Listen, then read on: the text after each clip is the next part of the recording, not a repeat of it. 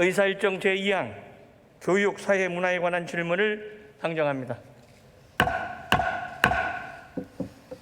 오늘 질문하실 의원님은 모두 11분이십니다. 의원 1인당 질문 시간은 답변 시간을 제외하고 13분이며 질문 과정에서 전광판에 노출된 영상 시간은 발언 시간에 포함된다는 것을 말씀드립니다. 그러면 먼저 대구 서구 출신의 국민의힘 김상훈 의원 나오셔서 질문해 주시기 바랍니다.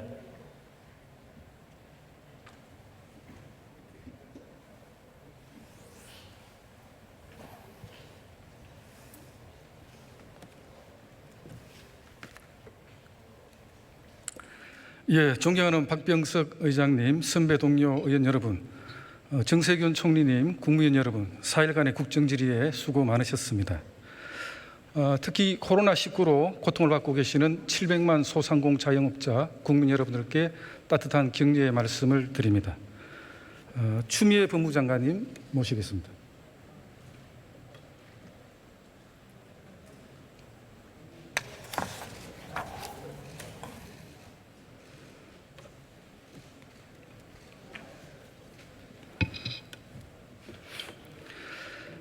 예, 지난 3일간의 대정부 질의에서 많은 공방이 있었는데 수고하셨다는 말씀 드리고 오늘 세 가지 질의사항에 대해서 우리 법무부 장관님의 입장을 듣고 싶습니다.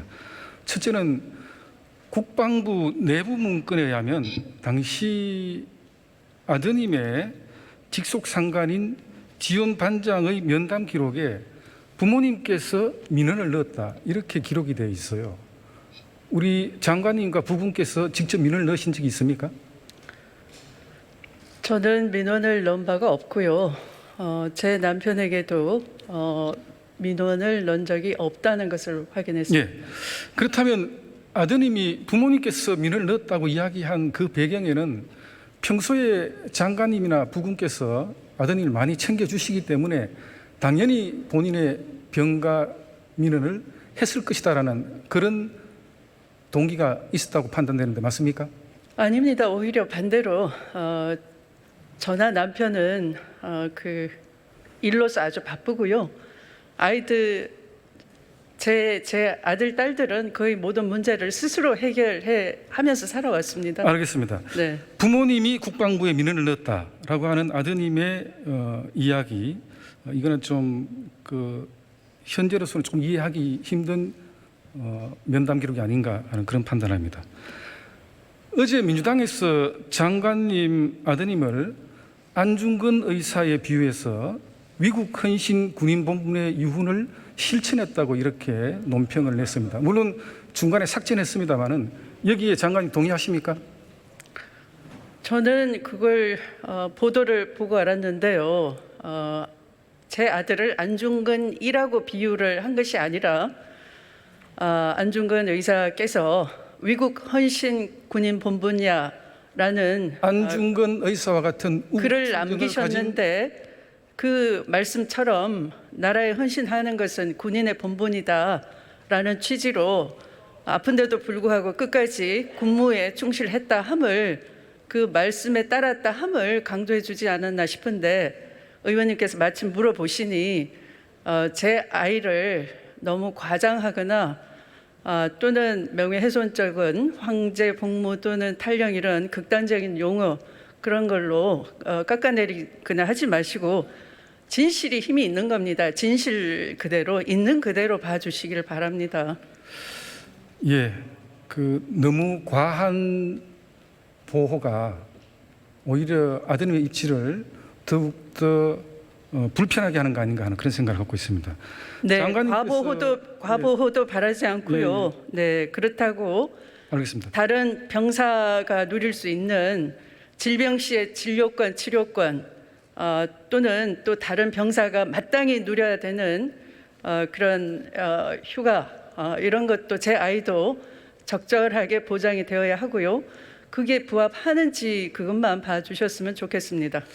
예, 장관님께서 지난 7월 1일 법사위에서 내가 국회의원이 아니었다면 내 아들은 군대에 가지 않았을 것이다라고 이야기를 하셨는데 어제 서욱 신임 국방부 장관 후보자 청문회에서 후보자는 우리 장관님의 아들은 면제 대상이 아니다라고 이야기를 했어요. 동의하십니까?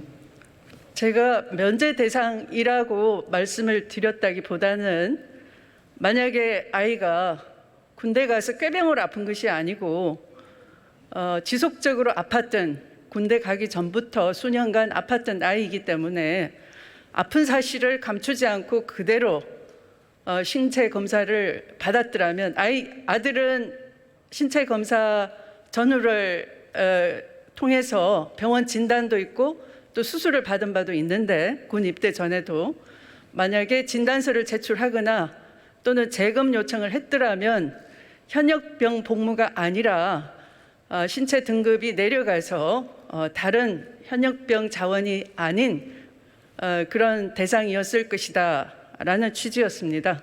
예,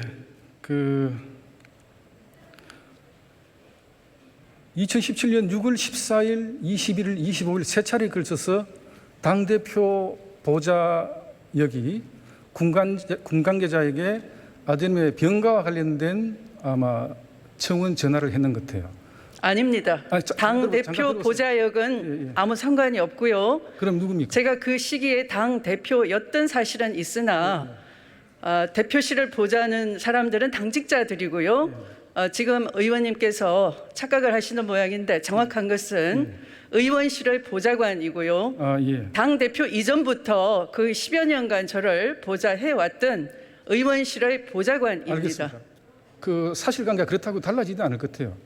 세 차례에 걸쳐서 휴가가 연장될 때마다 의원실의 보좌관이 군 관계자에게 전화를 해서 부탁을 한 사실은 알고 있습니까? 제가 보도를 통해서 알고 있고요. 제가 이 문제에 대해서 알고자 만약에 확인을 한다든가 하면 의원님들께서는 수사에 개입했다라고 또 주장을 하실 것이고 해서 일체 연락을 하지 않은 채 알겠습니다. 그냥 수사기관의 신속한 수사 결과를 기다릴 뿐입니다. 예, 들어가십시오. 예, 총리님 모시겠습니다.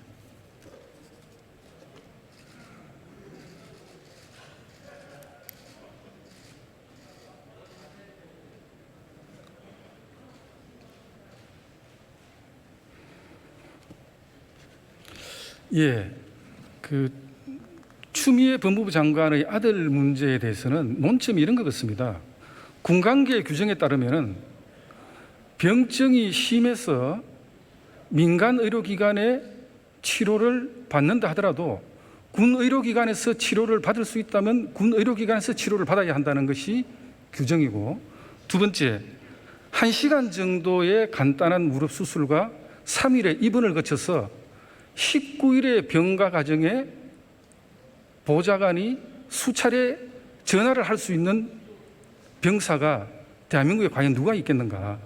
지금 인생의 가장 아름다운 시절을 가족들과 떠나서 군 복무를 해야 했던 장병들, 지금 하고 있는 장병들, 앞으로 해야 될 미래 세대들, 특히 그 자녀들을 두고 있는 부모의 입장에서 본다면 정말 가슴이 먹먹하고 불편한 사안이 아닌가 하는 생각을 갖고 있습니다. 이것은 수사기관의 수사 결과와 관계없이 이런 감정이 드실 텐데, 총리님, 국방의 의무는 누구에게도 공정하게 치러져야 될 그런 의무라고 누구나 국민들이 생각하고 있을 텐데, 여기에 대한 총리님의 소견은 어떻습니까? 예, 저도 당연히 4대 의무는 국민 모두에게 공평하게 적용되죠.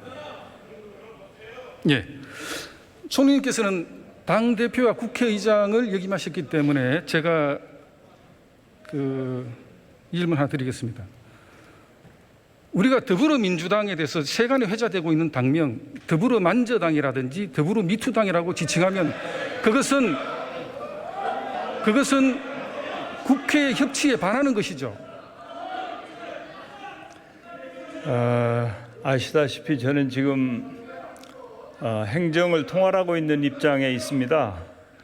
그래서 이곳 국회에서 가끔 정쟁이 일어나기도 합니다마는 가능하면 저는 정쟁과는 좀 거리를 두고 그야말로 민생, 경제, 특히 코로나19 등 현안에 그렇습니다. 예. 집중할 수 있도록 그렇게 좀 배려를 해주시면 좋지 맞습니다. 않나 싶습니다.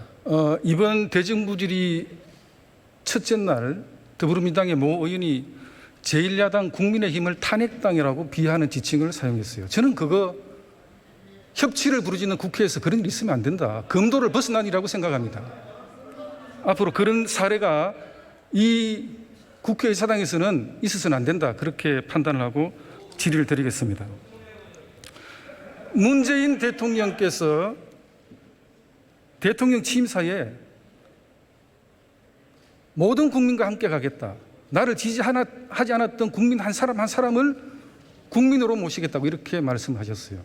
총리님, 국민 갈라치기라는 표현 들어보셨습니까? 예. 지금 경영자와 노동자, 정규직과 비정규직, 집주인과 세입자, 친일, 반일 이런 식으로 국민들이 지금 계속 갈라지고 있습니다. 편향된 정책, 국민들 한쪽을 갈라놓으면 어떤 정치적 이익이 생기는 건지는 모르겠습니다만은 우리 총리님께서는 여권의 잠재적인 대선 주자로 불리고 있습니다. 국민들 계속 갈라치는 이런 상황 두고 볼 수 있겠습니까? 만약에 국정을 통할하는 지도자로서 지금 이 국민 분열을 획책하는 여러 가지 정책이라든지 많은 사례들을 봤을 때 총리님 다시 한번 국민들의 힘을 모으는 데는 어떤 정책이나 또 주례 회동을 대통령과 하신다고 하시는데 어떤 제안 말씀 하실 수 있을지 한번 말씀해 주시죠. 존경하는 김상훈 의원님께서 제가 총리 인사청문회 할 때 청문위원을 하셨죠. 그때 제가 두 가지 포부를 말씀드렸습니다. 저는 이제 경제총리와 통합총리를 하고자 한다. 그래서 협치를 위해서 열심히 노력하겠다는 말씀을 드렸고요. 지금까지 이제 그 기조로 나름대로 최선의 노력을 다하고 있고 대통령께서도 그 내용을 잘 알고 계시는데 저의 그 통합 노력이나 협치 노력에 대해서 항상 지지하고 후원해주고 계십니다. 예, 지금 2020년도 9월달에 친일 반일 그러고 이거 참 국민들 갈라지지 않고 내 사람 내 편 챙기지 않고 모든 국민들과 같이 갈 수 있어야 됩니다. 정말 문재인 대통령과 청와대의 그 대전환이 이루어지기를 바람하지 않습니다. 이제 대통령께서는 뭐 국민을 편가르게 하신다고 저는 생각하지 않고요. 지지하는 국민들이든 그렇지 않은 국민들이든지 간에 최선을 다해서 함께 하시는 노력을 하고 있다고 보고 있고요. 특히 이제 최근에 국민의힘이 이렇게 새로 출범하면서 그 위원장께도 비대위원장께도 지금 당 대표입니까 비대위원장입니까 그 위원장님께도 좀 같이 만나서 국정을 협의하자는 제안도 선제적으로 하신 것으로 알고 있어서 문재인 대통령께서는 협치와 또 통합 그리고 야당과도 함께하는 노력을 지속적으로 해오셨고 앞으로도 그렇게 하실 거라고 저는 믿고 있습니다. 총리님의 상황 인식이 좀 아니하신 것 같아요. 국민을 대통령께서 왼쪽 끝에 서서 한쪽 편만 챙기고 있다는 분들이 많습니다. 다들 피부로 느끼고 있어요. 그런데 국정을 통할하는 리더께서 좀 상황 인식이 너무 아니한 게 아닌가 하는 그런 생각을 합니다. 예, 대통령 총리님, 그러시지 않습니다. 대통령은 모든 국민과 다 함께 하시고자 합니다. 총리님, 기업인 출신이시죠? 예, 그렇습니다. 예. 지금 대한민국 기업인이 대한민국에서 기업하기가 너무 어렵다. 가능하면 해외로 빠져나가야 되겠다는 기업인들이 많습니다. 여러 가지 이유 중에 하나가 현 정권의 너무 과도한 노조 친화 정책입니다. 얼마 전 군산의 민주노총 플랜트 노조에서 집회 신고를 99명을 하고 그날 한 690명 정도가 집회를 하는데 경찰이 코로나 감염 전파를 방지하기 위해서 집회 저지에 나섰는데 그중 시위에 참여한 노조원 2명이 경찰관 5명이 크고 작은 부상을 입혔어요. 그 2명에 대해서는 구속영장을 청구했는데 반려가 됐습니다. 지금 전국 여러 사업장에 민주노총의 조합원 우선 채용, 부당한 인사개입, 특히 건설 현장에서는 노조 조합원을 우선 채용해주지 않으면 공사장 진입을 저지한다든지 그런 사례가 너무나 빈번하고 있습니다. 작년 7월까지 28건의 관공서 점거 농성이 있었어요. 12회 폭력 시위를 주도했던 한상균 전 민주노총 위원장은 징역 3년형을 구형받았다가 가석방되고 지난해 연말에 특별사면됐습니다. 한상균 위원장이 주도한 어떤 집회에서는 90명의 경찰관이 다치고 52대의 경찰버스가 파손을 당했습니다. 민주노총에 대해서 과도하게 보호하고 있다는 그런 느낌을 지울 수가 없어요. 유럽의 좌파 정권들도 노조의 사회적 책임을 다하기 위한 그런 입법안을 속속 통과시키고 있습니다. 민주노총이 청와대와 민주당의 상관입니까? 글쎄요, 저는 지난 지방선거 때, 지난 대정부질에도 언급했습니다마는 지난 지방선거 때 최저임금 개정안에 대한 반발을 하는 민노총의 일부 노조원들이 민주당 지도부의 전북 유세지원장에 찾아가서 어디 버르장머리 없이라는 표현을 썼습니다. 어디 개가 주인을 물으라는 표현을 썼습니다. 민주노총의 인식이 이렇습니다. 그런데 민주노총이 행하고 있는 여러 사업장의 불법 집회, 불법 행위에 대해서 공권력이 제대로 컨트롤하지 못하고 있어요. 기업인들이 이런 걸 보면서 이 나라에서 기업하고 싶겠습니까?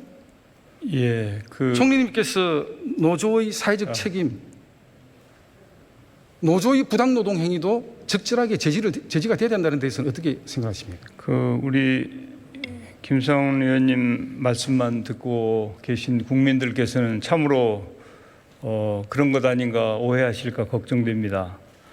우선 구속영장을 발부하고 안 하고 하는 것은 행정부에서 하는 것도 아니고 아시다시피 법원에서 하는 거 아닙니까? 그러니까 대통령과 무관한 것은 물론이고 행정부와도 무관하다 이렇게 말씀드리고 싶고요. 구속영장을 행정부에서 청구했는데 사법부에서 반려한 거 아니겠습니까? 만약에 그게 수리가 안 됐다면 한상균 그 내용은 잘 위원장의 특별사면에 대해서 어떻게 생각하세요? 그다음에 사기업이 직원을 채용하는데 정부가 관여하는 시대는 그게 언제적 일입니까? 그런 일은 지금 없습니다. 그랬다가는 큰일 나죠. 그리고 제 말씀을 지금 오해를 하고 계시는데 잠깐만 제가 좀 쭉 말씀하신 내용을 제가 좀 답변할 수 있도록 그렇게 해주시죠. 그다음에 이제 한상준 민주노총 전 위원장에 대해서 사면 말씀을 하셨는데 경우에 따라서는 대통령께서 기업인을 사면할 수도 있고 노조 지도자를 사면할 수도 있고 정치인을 사면할 수도 있고 그렇지만은 제가 알고 있기로는 우리 문재인 대통령은 사면권을 매우 절제 있게 운영하시는 것으로 이렇게 알고 있어요. 그래서 거의 사면받은 분이 거의 없습니다. 그런데 여러 가지를 종합적으로 고려해서 사면할 수도 있고 또 형평성이 맞는다면 그런 것을 한쪽만 보고 그렇게 평가하실 일은 아니다 이렇게 말씀드리고 싶고요. 그다음에 이제 민주노총이 여당의 상관이냐 이런 표현은 같이 정치를 하는 입장에서 아니 그래서 민주노총이 왜 민주당 지도부에 버르장머리 없다고 이야기를 하는 겁니까? 잠깐만 제 말씀 좀 들어주세요. 촛불혁명에 대해서 본인들이 힘을 보태줘서 탄생한 정권이기 때문에 제 말씀 좀 잠깐 들어주세요. 같이 정치를 하는 입장에서 어떻게 여당의 상관이냐 이런 말씀을 하실 수 있나? 제가 아는 김상훈 의원님하고 오늘 질문하시는 의원님하고는 조금 다른 그런 느낌을 받을 정도로 언론에 그것은 수차례 보도된 내용입니다. 적절치 않다 이렇게 좀 유감스럽지만 말씀을 드리고 싶고요. 그리고 뭐 민주노총의 조합원들이나 리더들이 한 말씀 하시는 것에 대해서 그걸 어떻게 정부에서 좌지우지할 수 있겠습니까? 경우에 따라서는 마땅치 않은 말씀들도 자주 하시죠. 그런 부분에 대해서는 경우에 따라서는 지적을 하기도 하고 또 그냥 지나가기도 하고 그러는 것이니까 그거 한마디에 대해서 이렇게 하시지는 마시고요. 저는 이제 마지막으로 말씀하신 노조의 그 사회적 책임, 당연히 사회적 책임이 있죠. 그래서 그런 노조가 특히 노조의 지도자들이 어떻게 처신하느냐에 따라서 국민적인 지지를 받기도 하고 그렇지 못하기도 하고 하기 때문에 저는 책임 있는 노조의 지도자들은 그야말로 국민들을 존중하고 국민들의 눈높이에 맞게 적절하게 처신하고 말씀하시고 행동해야 된다. 그리고 그래야만이 민주노총이든 한국노총이든 또 제3의 노총이든 미래가 있다. 저는 이렇게 생각합니다. 이 정부 출범하고 나서 노조의 집회가 14,700회 정도 되는 것입니다. 2017년에서 2019년까지 2015년에서 2017년도까지보다 2배가 더 집회가 많아졌어요. 각 집회 현장에서도 경찰권 권력이 통제가 안 됩니다. 정말 심각한 문제라고 판단되고 여기에 대해서 총리님이 좀 각별한 대책을 마련하셔야 됩니다. 예, 만약에 노조가 불법 집회를 계속한다면 그런 부분에 대해서는 위법 조치를 해야 되고 물론 뭐 가능하면 미리미리 말씀을 해서 그런 이제 일이 일어나지 않도록 해야 되겠지만 불행히도 불법 집회가 자주 일어나면 그런 일이 일어나지 않도록 법에 따라서 필요한 조치를 해야 된다고 생각합니다. 예. 이 정권 임기 말 2022년도에 드디어 국가 부채가 1,000조를 돌파하게 되어 있습니다. 대한민국에서 태어나면 무조건 1인당 2,060만 원의 빚을 져야 돼요. 건강보험, 고용보험 바닥을 향해 치닫고 있습니다.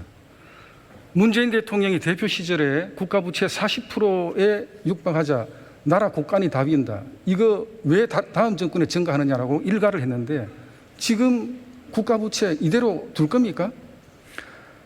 이대로 두고 싶지 않죠. 그리고 국가 부채가 늘어나는 것에 대해서 매우 걱정을 하고 있습니다. 그래서 우리 정부는 가능하면은 씀씀이는 좀 줄여야 되겠고 수입은 좀 늘릴 수 있는 노력을 해야 되겠고 또 근본적으로는 이제 체질 개선을 해서 그 재정 건전성이 유지될 수 있도록 노력을 해야 되는데 불행히도 천재지변이라든지 또 코로나19라든지 참으로 이 국가의 지출을 늘리지 않으면 그리고 또 국가가 역할을 하지 않으면 도저히 견딜 수 없는 그런 국민들이 계시기 때문에 어쩔 수 없이 국가 부채가 늘어나는 상황을 감내하고 있는 그런 상황입니다. 그러나 위기를 극복하는 과정에서도 재정 준칙을 마련한다든지 해서 국가 부채를 억제하고 우리 후세대에게 너무 많은 부채를 물려주지 않도록 최선의 노력을 다하겠습니다. 그렇지만 현재는 적자 국채를 발행하지 않을 수 없는 절박한 상황이기 때문에 그것은 여나 야나 정치권에서도 지난번에 8월 달에 이제 코로나19가 좀 확진자가 늘어나니까 그 귀당에서도 야당에서도 빨리 추경을 해라 이렇게 말씀하신 거 아닙니까? 그런데 그 추경은 빚을 내지 않고는 할 수 없는 것을 다 아시면서 그렇게 하셨기 때문에 정부로서는 어쩔 수 없이 추경도 하고 또 내년에도 재정이 감당해야 될 그런 역할들이 있기 때문에 국가 부채가 늘어나는 그런 상황인데, 코로나 하여튼 상황 이전에도 재정 준칙을 마련해서 장기적으로 중장기적으로 부채가 너무 늘어나지 않도록 최선의 노력을 다하겠습니다. 예, 각별하게 신경을 좀 써주시기 바랍니다. 예, 그렇게 하겠습니다. 국민과 함께 가야 됩니다. 남미의 어떤 나라는 나라도 망하고 국민도 망했지만 정권만 살아있는 나라가 있어요. 그 나라 연동형 비례대표제, 공수처와 같은 제도 시행, 급격한 최저임금 인상, 그리고 임대차 제한, 유례를 찾아보기 위한 없는 그런 선례를 이미 시행했던 그 나라를 우리가 지금 따라가고 있는 것입니다. 국민과 함께 가야 되고 어느 한켠의 국민만 위한다면 그것은 온당한 정권, 합리적인 대통령이라고 할 수가 없습니다. 그렇게 하지 않으면 정권을 잡을 용기가 없는 것인지에 대한 저는 의구심이 듭니다. 문재인 대통령께서 남은 임기 동안 우리 민주당 의원님들의 용기 있는 발언, 정말 민생 현장에서 이러면 안 된다는 이야기는 청와대에 진솔하게 전달해 줄 수 있는 그런 집권 여당 청와대가 되기를 기원합니다. 감사합니다. 예, 뭐 대통령께서는 그 총리도 그렇고 우리 의원님들이나 국민의 목소리를 들으시기 위해서 애써주고 계시고요. 말씀을 잘 들어주십니다. 아무튼 처음에 우리 김 의원님 말씀하신 것처럼 국민 모두를 함께 아우르고 함께하는 그런 국정이 펼쳐질 수 있도록 대통령님 잘 보조하고 최선을 다하겠습니다.